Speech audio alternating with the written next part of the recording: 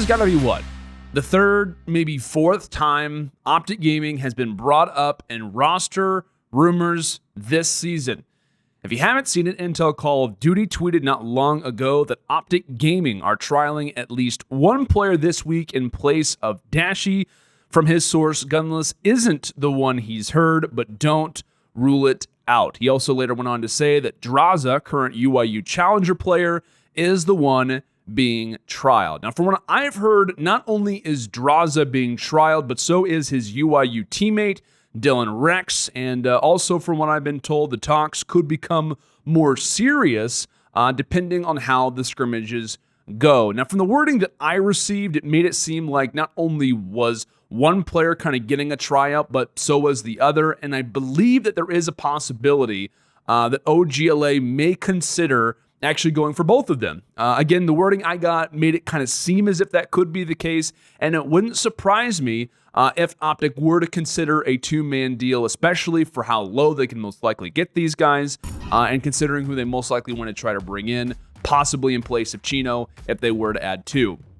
Now, another thing to consider as well, and this really wouldn't surprise me either, they may try out Gunjar, right? He is a substitute player already. He's got main AR history. Considering the new meta, that may work out very well. And he has placed pretty well kind of throughout the Challenger scene. He's placed second and third at multiple Challenger Cups.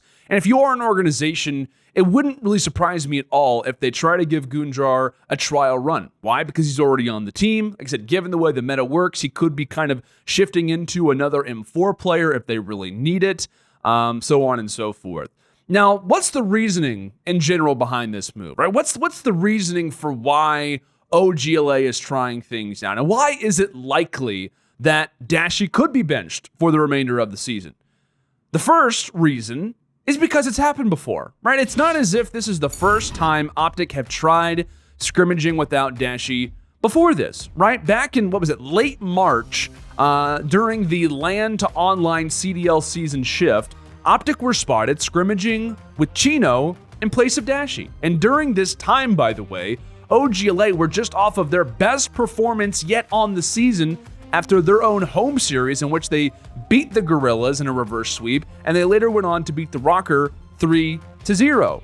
The second reason why this is likely is that OpTic literally fell apart the last time that we saw them, right? At the Paris home series, the expectations for OG were actually pretty high considering the recent placements, yet they lose 3-1 to the New York Subliners, and they head into the match versus the Toronto Ultra, in which they drop a staggering 49 points in the hardpoint, which goes down as the lowest scoring performance in CDL history, and without a doubt, one of the lowest scoring hardpoints that we have ever seen in Call of Duty esports history, especially on a professional level.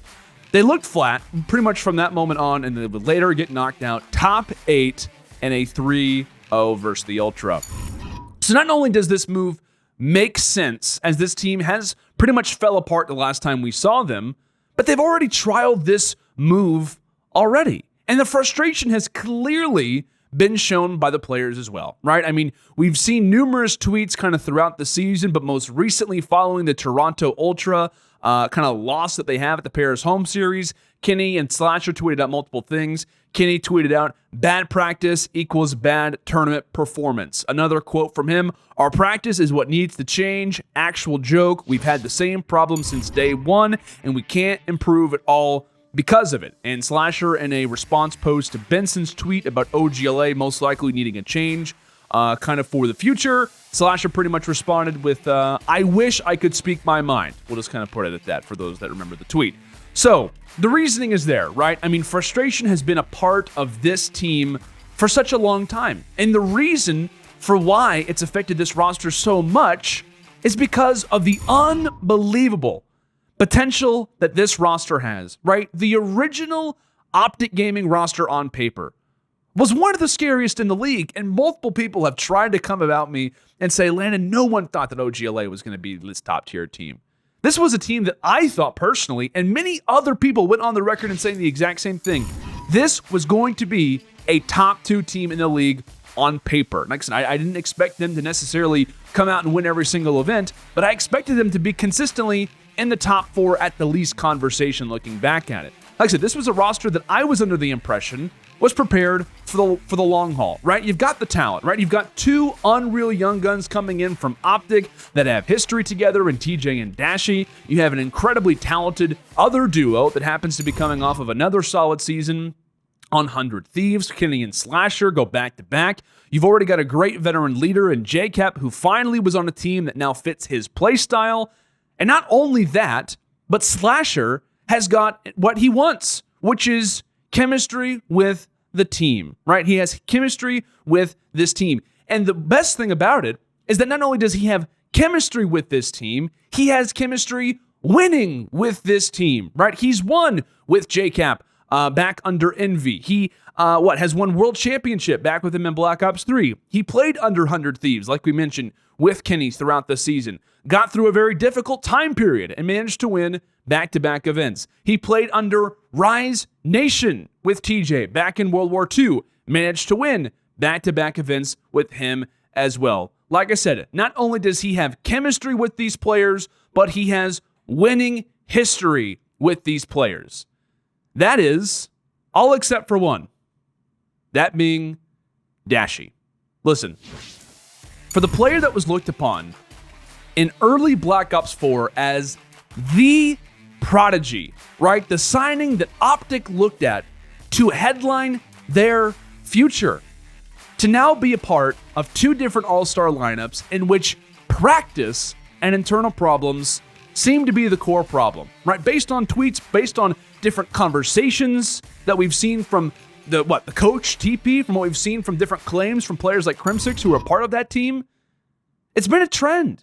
And listen, I won't pretend to act like I know the internal details behind the teams that he's been on. But what I can say is that he's becoming the common denominator. He's becoming the consistent name. He's becoming the replaceable piece.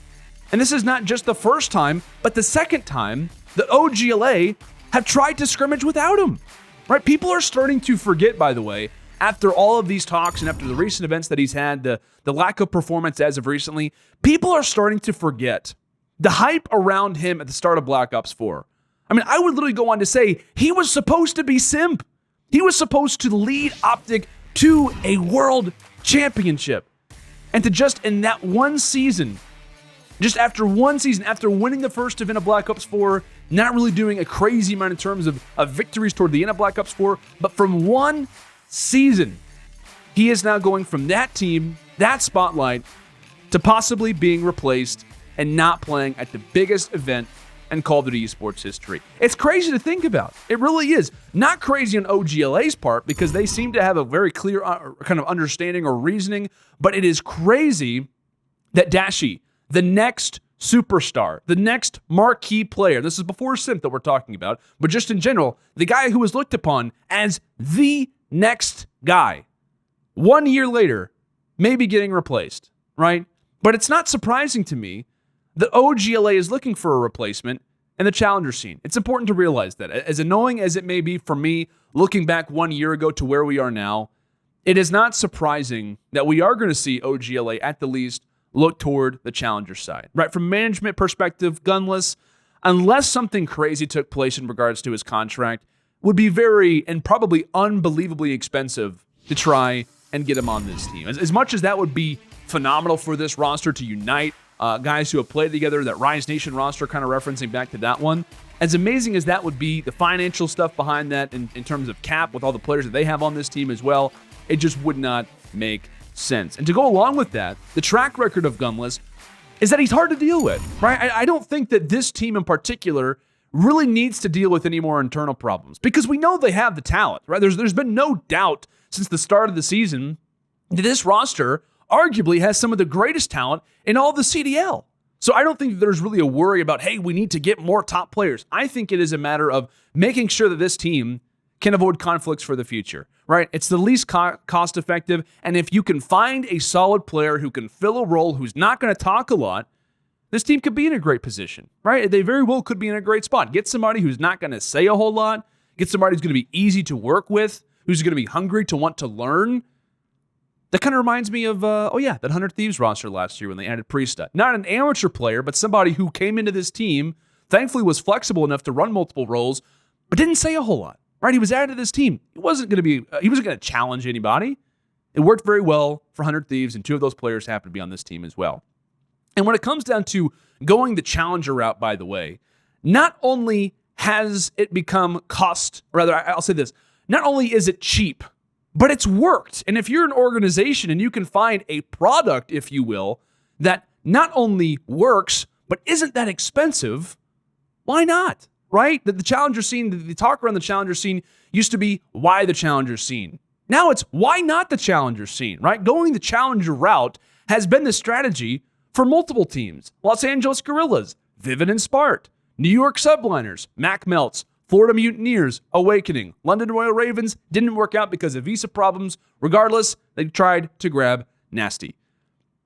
And we very well could see OpTic Gaming join that list with Draza and or Rex. And these guys, by the way, aren't just some random challenger players, right? These guys are definitely kind of more in the top echelon, in the top tier, if you will. Both of them were kind of on my top 5 challenger player radar not that long ago. I've had the ability to cast over Rex since last season. He's competed at Champs before. I think, Champs of last year in Black Ops 4, played under Sage. He actually on that team played alongside Vivid when they got a top 24 placement. He's pretty much been under UIU throughout a majority of the Modern Warfare season, and on average placements alone, has placed pretty well, really, when it comes down to the most Challenger Cups, when it comes down to the home series, outside of a few here and there, and the most recent Challenger Cup, he's placed pretty consistently. He's also great with an AR in his hand, which by no means is going to hurt when it comes down to the current meta. Definitely kind of more common to being in terms of that flex role, which kind of fits perfectly if we're talking about someone like Dashy, which, granted, you can kind of talk about different role situations, how Chino's kind of been more of the flex. You get the point. Regardless, he can use an SMG, but more often than not, he can have an AR in his hands. Draza, right, another player, has been a name that I have heard more and more about throughout the year. I believe this is pretty much his first real season competing. Unlike Rex, who kind of came up in terms of Black Ops 4, Draza has been a name that was pretty much known until the very end of Black Ops 4, and so far throughout Modern Warfare. He's definitely had a very quick rise, and not often do you kind of hear players having this quick startup like Draza, right? The big thing for me whenever we saw Awakening have the quick come up that he did was that 1 year ago exactly, from Awakening's first ever event, 365 days later to the exact day, he was winning his first event, right? His first CDL event, which is crazy to think about. But whenever you have a player who's gaining this much noise and this much noise quickly, it is definitely something to take note of. And like I said, Draza is a name that I wasn't familiar with until Modern Warfare, and he has slowly kind of become more on the radar time and time again. He's confident with the M4, but typically does run an SMG more often than not, which is not going to be a bad team for this team, or for OGLA if they were to go with him by any means. In terms of his history so far throughout the season, he's jumped from multiple teams, which is not uncommon, by the way. He's played under Illusion Esports, Atlanta FaZe Academy for an event, Rebel, he's played under Carnage, and then pretty much UIU since before the first Challengers Cup. Like I said, currently from what we know, these are the 2 players being brought up, and it wouldn't surprise me if we do end up seeing OGLA make a move for at least one of them. Dashy, very, very well, after his breakout season in Black Ops 4, may not be competing at the biggest event in Call of Duty esports history just 1 year later.